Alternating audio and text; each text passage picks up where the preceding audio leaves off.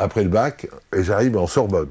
J'arrive à un moment où l'Union des étudiants communistes a été dirigée à l'époque par ce qu'on appelait une direction italienne, je ne sais pas si ça vous dit quelque chose, c'est-à-dire grosso modo une direction qui était proche de la direction du Parti communiste italien qui pratiquait un tout petit peu un décentrement par rapport au magistère soviétique.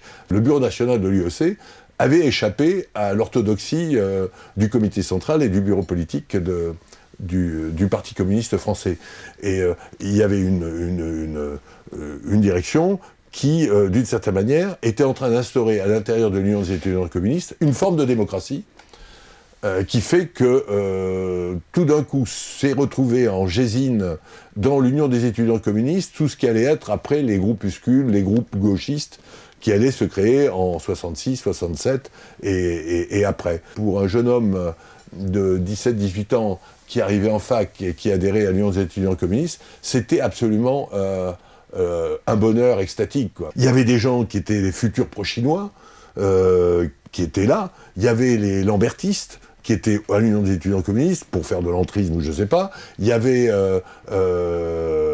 les futurs VLR, Roland Castro, et tout ce petit monde s'écharpait dans des réunions où on coupait les jeux en quatre sur la stratégie révolutionnaire, etc., etc., etc. C'était absolument extraordinaire. Très rapidement, je me suis retrouvé plutôt du côté disons, de la problématique qui va donner naissance à la jeunesse communiste révolutionnaire. Et c'était plutôt ceux qui allaient créer la jeunesse communiste révolutionnaire, c'est-à-dire Weber, Krivine, etc., etc., qui étaient majoritaires à l'intérieur de l'UEC, de Sorbonne. On s'est fait exclure de l'UEC parce qu'on était contre la candidature bourgeoise de François Mitterrand, en 65. Homme pour lequel, 20 ans après, on a voté.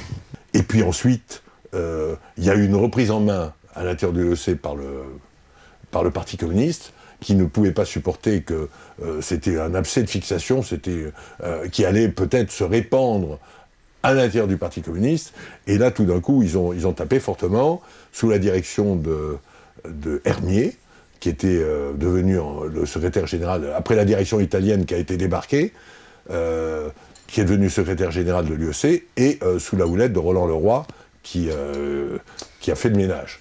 Et donc on a créé assez rapidement, 4-5 mois après, en avril 66, je crois, la jeunesse communiste révolutionnaire.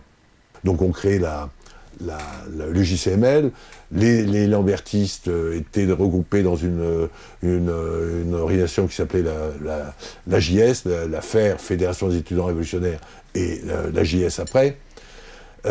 Bref, tout ça travaillait un petit peu chacun dans son coin, chacun en fonction de sa stratégie politique, chacun voulant faire la révolution, en ayant des conceptions très différentes sur les rythmes. Ce qui se passe dans les 6 mois qui précèdent mai 68, c'est donc ces luttes ouvrières sporadiques, des luttes étudiantes où clairement,